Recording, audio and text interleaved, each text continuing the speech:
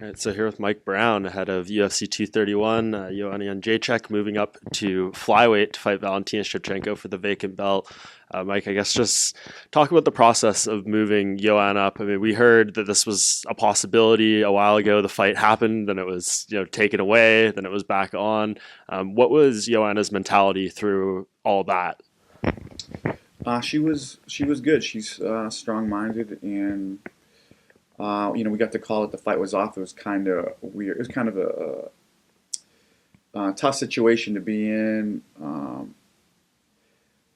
I was kind of bummed at how the UFC handled it, but they're just trying to, I guess, maximize profits or whatever, and keep the fights rolling. But I think they got a lot of backlash too for some of that, and they ended up pulling the fight back together, and all systems a go. And it was just a brief um, moment where we thought the fight was off, so it was right back to training. Yeah, and then of course the fight's officially on. This is something that I think Joanna has been talking about or was a possibility for a while. But once the actual move was made, we're going up. What was the starting process there in terms of getting her ready to fight at this weight again?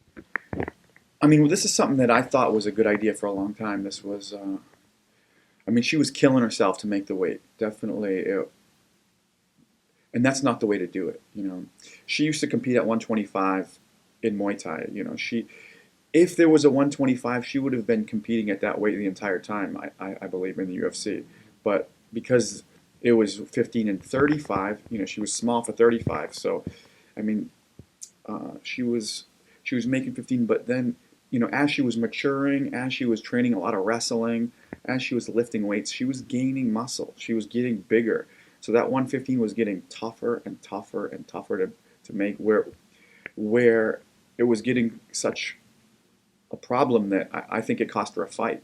She was cutting so much it actually really hurt her with that first fight with Rose. Um, but I was putting this in her ear for a while, like, hey, I think we should move up. She was determined, like, no, I don't want to move up. I want to win the title again at this Yeah. weight. I'm going to stay here until I'm going to get it done. But I thought it was a good idea to move up.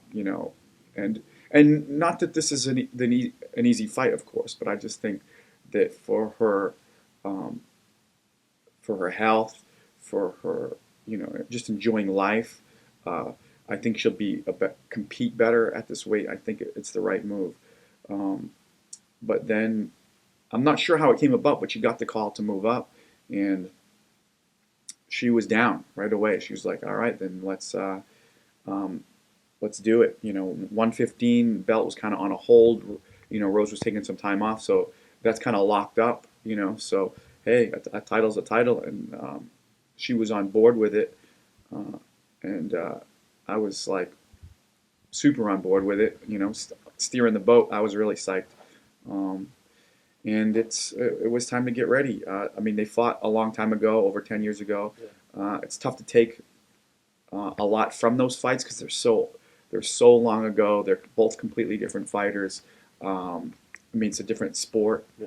Um, Joanna was very young in her Muay Thai career, and a lot has changed since then. Yeah. Did you guys watch those fights though? Like even go back, or is it so far long ago that you didn't even include them in the calculation when preparing for this? Honestly, I've only seen like the highlights of it. Like I've watched a few highlight films. I never found like the entire fights. I don't think. I might have found one actually, Yeah. but it was like it's so different, and so I mean just it's such a different world, and they're so different, both of them. Over 10 years ago in a different sport. I mean, that's like two guys were in a wrestling match, when they were in high school, and now they're fighting. 10, 15 years later. It's nothing the same. Yeah, and there is instances where that's happened. It reminds me of like a Bader and Phil Davis or something like that. Like they have wrestled in the past, and then Yeah. they fight in MMA. but it's so long ago. Is there a psychological part of it though? Because Valentina keeps saying that in the lead up. She's like, I think I had the edge here psychologically because we did fight, even though it was so long ago, different sport. Like I was the winner. Is there any part of that that is relevant? Maybe in a small way for a Valentina, Yeah. right? Because confidence is big. Maybe in some way this gives Valentina confidence, but I mean, Joanna doesn't lack confidence. You know, she is like she knows that what she's capable of, and I think, I think a lot of it has to do with her just unbelievable sick conditioning. You know, I think when you have that level of like conditioning and ability to just go, that you have that confidence because you know like you are gonna be from bell to bell, from 1 minute to the 25th minute, like just bringing hell, and she can do that, and not that Valentina can't. She is also a good gas tank as well, but maybe I think that's where a lot of that comes from. But yeah, I think she's confident and ready to go. Yeah. What about the size? Because I did see someone post a statistic saying, UFC fights that have happened at 125, when it's a woman who's moving down from 135 against a woman moving up, the woman who's moving down is, I think it's 6-1-1 or something like that. So like the winning percentage is being in the favor of the bigger fighter. Is size something that's you think is going to be a factor here? How have you guys worked to deal with that? Because obviously, Joanna is used to being one of the bigger women at 115. Now she's fighting someone who's obviously coming down a weight class. Right. I mean, that's a pretty small sample size. Yeah. But there are times when that's true and there's times when it's not. I feel like when a fighter is killing themselves to make the weight, it's not the way to do it. It's better to move up. You're going to have more success. And in my personal experience with the fighters that I've dealt with, all the fighters that have moved up have been killing it. Kyoji was at 25. Now he's at 35. He's 7-0 at 35 with 4 KOs, 1 submission. Dustin Poirier moved up to 55. I think he's 6-1 with 5 KOs and ready for a title shot. Tony Martin, right? He was 1-3 in his last 4. Now he's 3-0 at 170. Got his first knockout in his UFC career. Yeah. Valerie Letourneau was lost 4 in a row. Now she's moved up to 25. She's won her last 3 in a row, right? Fighting for a title. Different organization, but stuff to keep in mind. So in my experience, this is not the case, Yeah. Moving, she is not undersized for 125. I think sometimes moving up, length can be a problem. If you're heavy enough, okay, but maybe also length is a problem. If you're too short, maybe the next weight class isn't for you because the reach is going to be too much. Joanna is plenty long for a 125. She's big enough. She's long enough. She can handle the weight. Yeah, and it seems like she's in extremely good spirits this week. I know, getting close to that bad weight cut you mentioned multiple times probably gives her a little more of an edge, in terms of her attitude. But now it seems like she's very happy. I think she said, as of yesterday, she was 128 or something like that. Mm-hmm. How has that transitioned into the training room? Like, what have you noticed a difference in her demeanor and just her energy, all those kind of things in the room now that she hasn't had to focus so much of her probably mental preparation and physical in terms of just the weight cut? No, like her energy levels like so much better.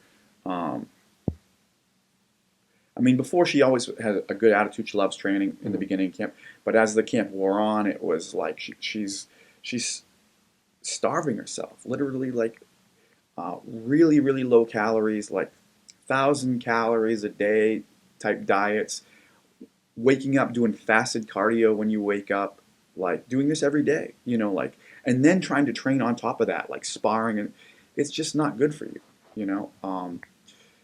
So as the camp wore on, like her energy levels, and camp was becoming a drag and hard, and like probably her mental focus was off and hard for her to to pick up new techniques and things like this. But with her eating, she's much better. Yeah. Much sharper, much better. Yeah, and obviously you can't give away the game plan, anything like that. But what is, the key elements for Joanna winning this fight? How do you think? What does she really need to do out there to, maybe some key points to, get that edge on Valentina here? I mean, she's got to be her. She's got to do what she does best. She's got to, keep a high pace, a lot of volume, and mix it up. There's a lot of new things that she can do. She's got a lot of new tricks that we don't want to, necessarily tip our cards to, but she's a great fighter, world class. She's got to put her game on Valentina.